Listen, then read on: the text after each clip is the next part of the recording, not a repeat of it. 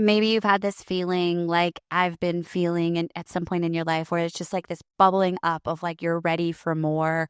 There is a call to maybe raise your standards. And so inside of this episode, I'm going to talk very vulnerably about where I'm at with this process and really look at this notion of when you demand more, you receive more, and what that looks like right now in your business as you move ahead. Welcome to this week's episode of the Best Damn Coach podcast. I have like a little bit of feeling around recording this episode, to be like fully transparent. I always straddle this place of when you're going through something, and my clients ask me this too. I don't have a perfect answer. Of when you're going through something, when is the right time to share it, right? There's this sweet spot between hindsight and vulnerability. And I felt like if I'm feeling this way, then, maybe you're going through it too. And if I can support you in some way, then no doubt this is what I'm here for. So if I get emotional, it's just a heads up because I am in it and through it also. And it's also part of a never ending journey, I think, that we're all in together. And so it's kind of around this idea of like what happens when you raise your standards. And I'm meaning this in the business context today, but I think you feel this across all elements of life. I felt it when I went on a weight loss journey and I started to eat better and not have alcohol as much and not be willing to eat junk food. And people were like, like, who are you too? Right. Or when I knew that I needed to raise my standards in friendships, and that created distance from people, and I lost some of those friendships. So I feel like you can kind of map this across in all elements of your life. But right now, for me in particular, I am feeling it in business, or I have been for a long minute, and it feels like it's been several months of a journey. And so I've definitely been in this massive expansion place lately. And I don't know. Yes, there's some tangible things, but there's also just this internal gut feeling of like, ooh, I can feel this like pressure inside that's bubbling up. It's coming to the surface of like, Amanda, it's time. And I don't know if it's because I've been there before and that feels kind of familiar. And it also is like part of me is like trying to stuff it back down because it does require you to make some hard decisions, maybe take some risks, have hard conversations. And so today, I'm just going to share some of the things that have happened over the last few months that have made me recognize that it's time to raise my standards. Some of them which made me feel physically sick. And some of them felt, honestly, sometimes like a sucker punch to the face. But in the end, as I've moved through them, I am realizing that I knew this intuitively, but I can actually feel the truth of it. Like, oh, it's happening for me. And here's how I've been operating as I've made these decisions lately. And I just want to highlight a thought that might serve you as we navigate this together, because we're doing this together. And that is this: when you demand more, you receive more. And so it's been like my internal like compass right now as I've made stronger, or have made kind of things happen and been making decisions of like, this is what it's about. I can't receive the things that I've been talking about wanting if I'm not willing to put myself under the tension and the pressure of greater demand. And I think for me, this whole conversation today operates under this core idea that our standards as a human act as a filter for what we allow into our lives, whether that's the quality of friendship, right? Or whether it's the quality of food we eat, whether it's the level of activity we're willing to tolerate, the work we accept, the prices we charge for our services, or the treatment we're willing to tolerate from clients or from colleagues. But when those standards rise, it naturally creates a ripple effect that transforms our entire life experience. And I know that I believe that I have a 100% obligation to raise my standards through the process of running a business because it directly impacts my clients. And so sometimes when we raise those standards, current clients don't like that. And I get that. That's because maybe they've been in your world for years and now you're ready to raise a standard, but you get to operate and make the decisions of how you're going to move through it. So maybe so far this story is landing for you, and I just feel you, I see you.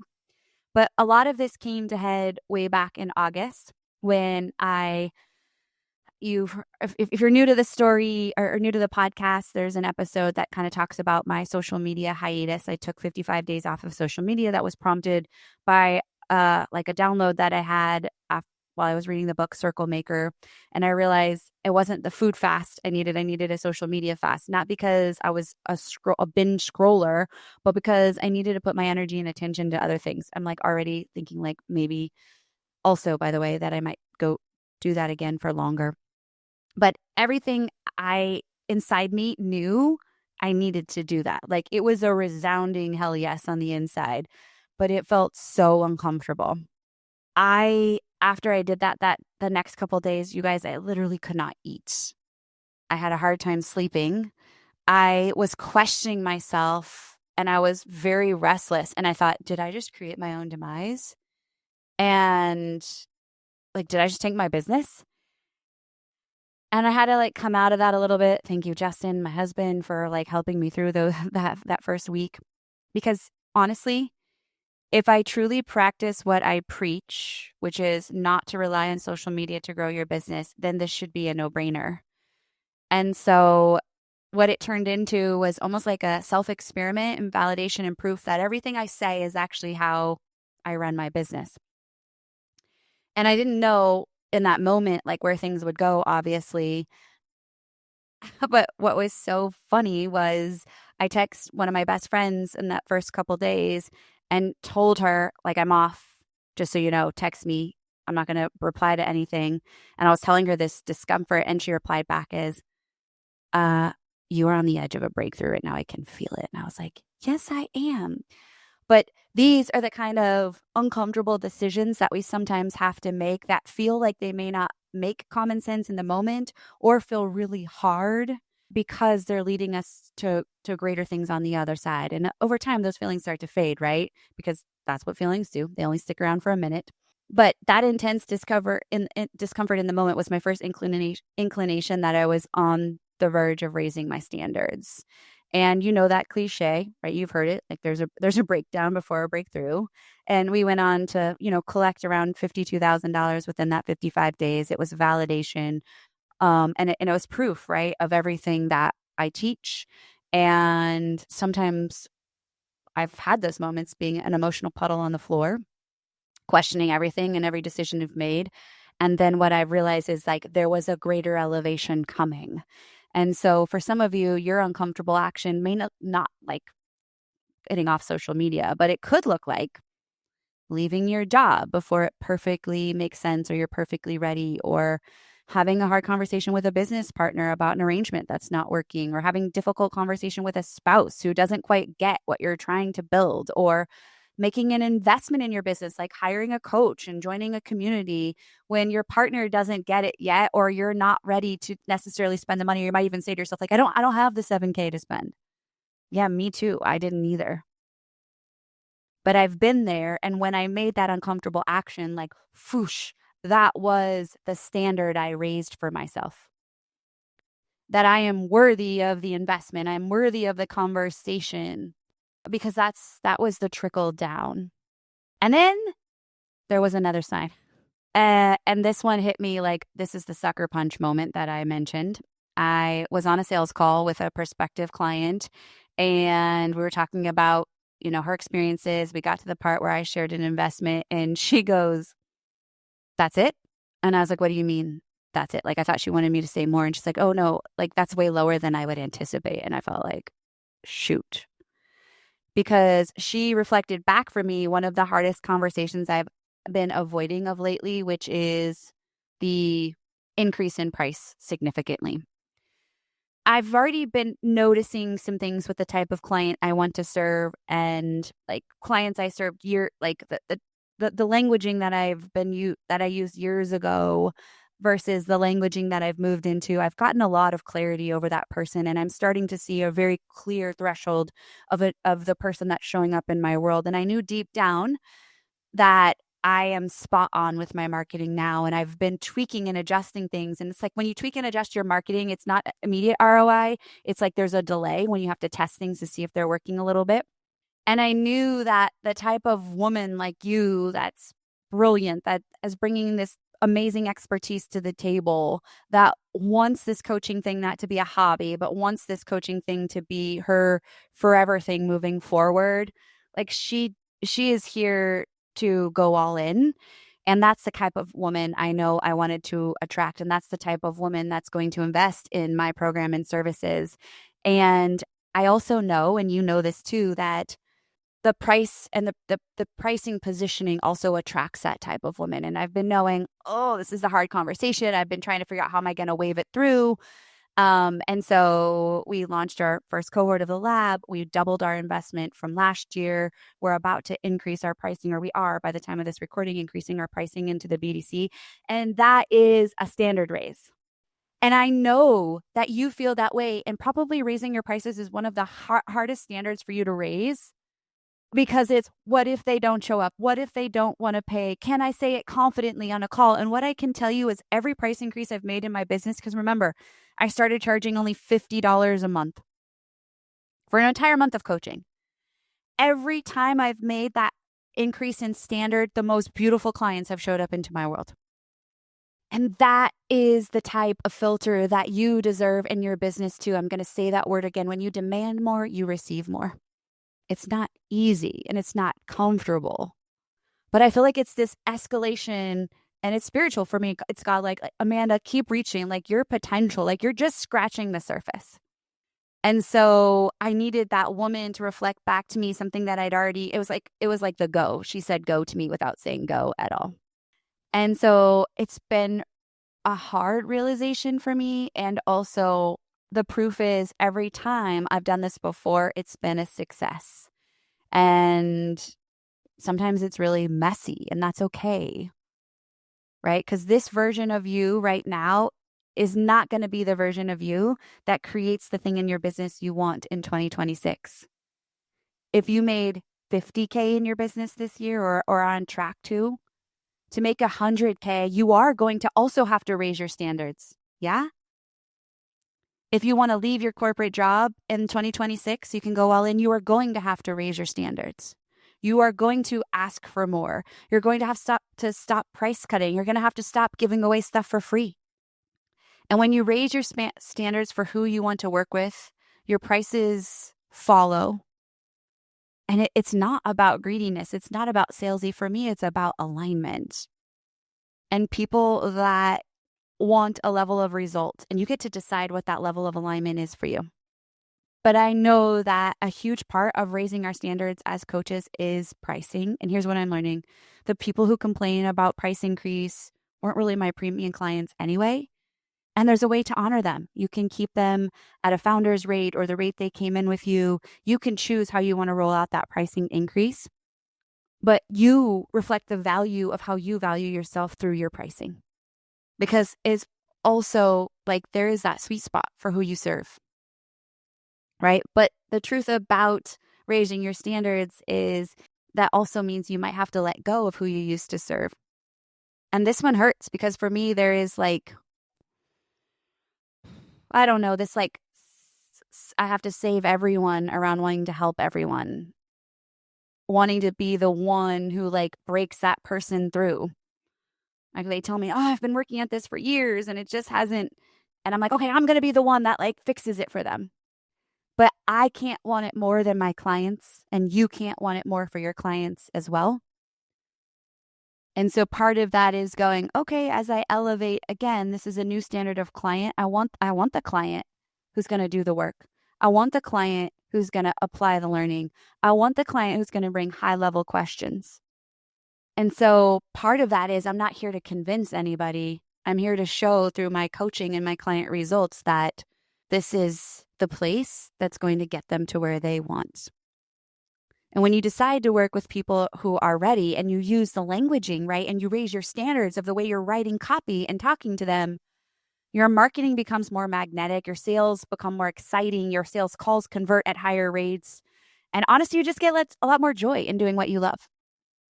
Third truth about raising your standards is that sometimes raising your standards feels like breaking before it's a win. Like I told you before, I physically was like sick during moments.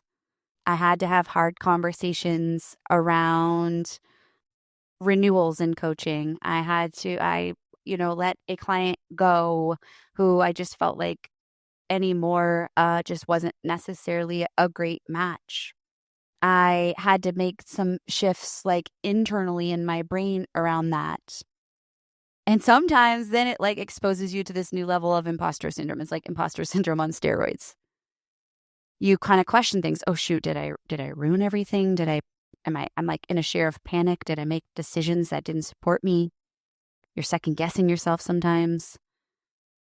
But here's the truth, that the discomfort is actually that sign that you're on the right path and it's moving you towards where you need to go, because comfort keeps you where you are. Discomfort pushes you forward, in my opinion. So I think sometimes when we think about the growth of our business, we want the really tangible things, but I think what has to precede that is the internal decision to raise your standard first. To take action maybe before you feel ready, to raise your prices even though you feel kind of scared, to be more selective about how you work with, because you're like, this is sacred ground. That's actually like the thing that I've really been relying on is my programs are sacred. If I don't like create this amazing sacred circle that holds in the BDC, then people that are in the BDC aren't honored.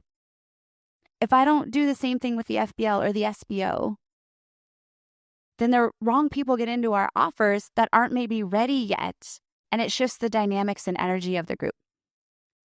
But raising your standards often looks like having uncomfortable conversations, holding boundaries for people that ask to put their coaching on hold, and that's not fair to you. You signed an agreement, right? And doing it anyway because that future vision of where you want to go is way bigger than the present fear.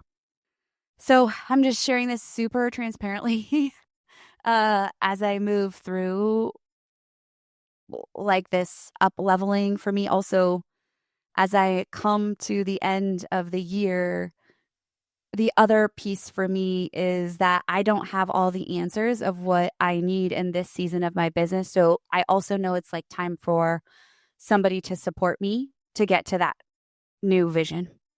So I'm super pumped about the people that are going to do that for me. And I also had this huge realization that at the level of my business, it's not about the what I'm doing, it's actually the who. I need to have the right people in the right seats on the bus, both within my team and as external support. I think I've been a little bit safe in that.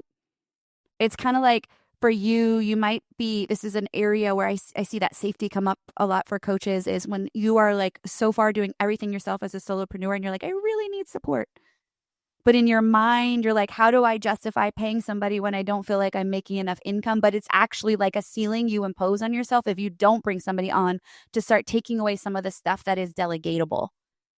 Scheduling emails, scheduling your social, doing organizational tasks, systems tasks. That's an area of raising standards. And it's scary when you haven't done it before. Because you're like, wow, I'm going to pay somebody $100 a week, $400 a month. What if I don't get any client leads in this month? But that's the cool thing about that risk, is it's actually a catalyst.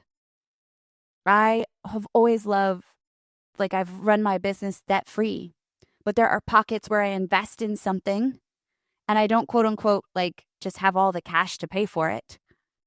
But when I put that skin in the game and say, yes, I'd love your mentorship, guess what? It is like this fire lit underneath me. That's why energetic exchange between you and your clients is such an important part of the process.